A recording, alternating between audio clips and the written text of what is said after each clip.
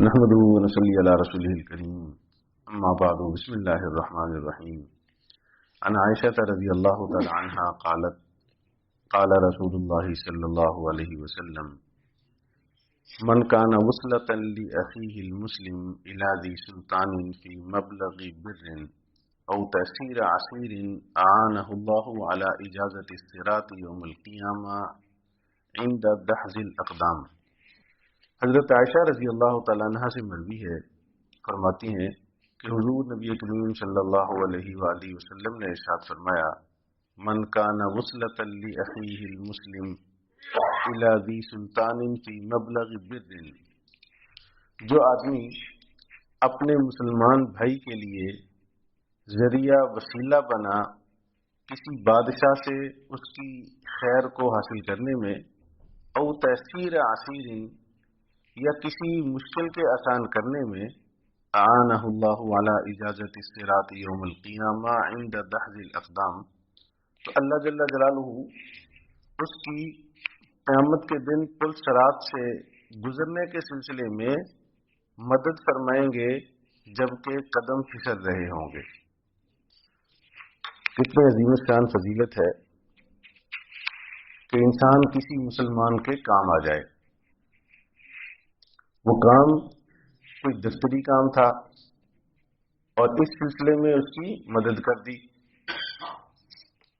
کہ جی یہ کام آپ کے لیے مشکل ہے، میں آپ کا کام کروا دیتا ہوں، اور اس نے اخلاص نیت کے ساتھ وہ اس کی مدد کر دی۔ تو اتنی بڑی فضیلت ہے، اتنی بڑی نیکی ہے کسی مسلمان کے کام آنا کہ قیامت کے دن اللہ تعالیٰ اس کی پل صراط پر گزرنے میں مدد فرمائیں گے، اور ساتھ فرمایا اس وقت ہر آدمی کے قدم ڈگمگا رہے ہوں گے۔ اللہ تعالیٰ ہر شعبے میں ایسے لوگ رکھتے ہیں جو یہ جذبہ رکھتے ہیں دوسروں کے کام آنے کا۔ ابھی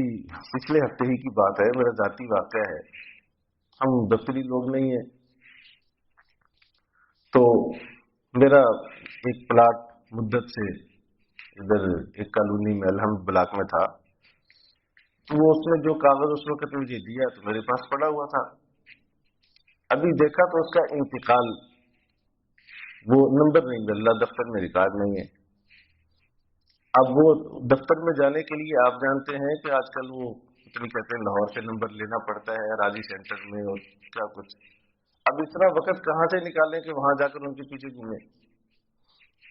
تو وہ کافی میں پریشانی کو، ایک دن ایک صاحب آئے، انہوں نے اس طرح کی بات کی تھی، میں نے عرض کیا کہ اس طرح میری ایک بات ہے، کہہ رہے جی آپ یہ کام میرے ذمہ، آپ کو ضرورت نہیں ہے، یہ کام میں کروں گا۔ میں نے کہا جی آپ کرنے ہیں تو بہت مشکل، میں نے تو ان سے کالونی والوں سے بات کی ہے تو وہ کہہ رہے ہیں کہ یہ تو آپ ریکارڈ میں درست کرانا بڑا مشکل۔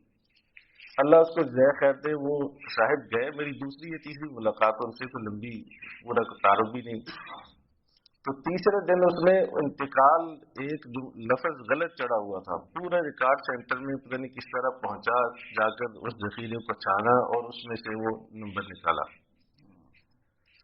پتہ نہیں اس کے لیے خلوت اور جلوت میں کتنی دعائیں دل سے، یعنی وہ ذہن سے نہیں اترتا کہ اس نے اتنی بڑی نیکی میں اگر چلتا تو مہینوں میرے وقت ضائع ہوتا۔ اللہ تعالیٰ نے اس کو ذریعہ بنایا، تو یقیناً ایسے لوگ اس فضیلت کے مستحق ہیں، ایسے درجنوں لوگ ہیں۔ یہ تو ایک واقعہ سنایا ہوں، الحمدللہ ایسے مسلمان ہیں جو ہماری اس زمین کا مسئلہ تھا، یہ جو اردو روڈ پر پلاٹ لیا تھا،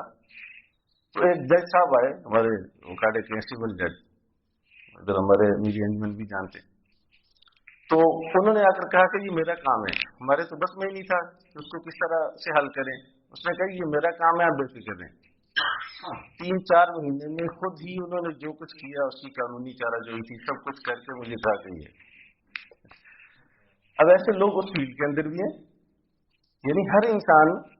کوئی نہ کوئی کام اس طرح کا کر سکتا ہے جو خالصتاً نیکی کا ہے۔ ہم سمجھتے ہیں، میں عرض کرتا رہتا ہوں، نیکیوں کا مفہوم مخصوص سا ہے، نماز، روزہ، حج، زکات، تسبیحات، باقی یہ کام کہ انسانیت کے کام آنا، یہ ہمارے مسلمانوں کے قابضوں میں اس کو بڑی نیکی نہیں سمجھا جاتا، آج کافروں نے اس کو اپنا لیا۔ تو یہ ہماری تعلیمات ہیں، آقا کریم صلی اللہ علیہ وسلم کی تعلیمات ہیں، جتنا کسی کے کام آ سکتے ہو کام آ جاؤ۔ یہ تو دنیاوی کاموں کی بات ہو رہی ہے، اگر دینی سلسلے میں کسی کے کام آئے تو کتنا بڑا اجر ہوگا، دینی رہنمائی کرنا تو یہ کتنا بڑا ان کی وہ ہوگی، مدد ہوگی۔ تو اس کو بھی سمجھنا چاہیے، بلکہ مواقع تلاش کرنا چاہیے۔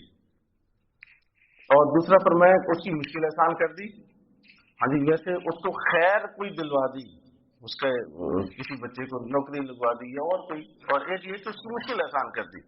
تو اللہ تعالیٰ اس کی پلسرات میں مشکل آسان فرمائیں گے۔ اللہ کریم مجھے اور آپ کو، ہم سب کو ایک دوسرے کے کام آنے کی توفیق عطا فرمائے۔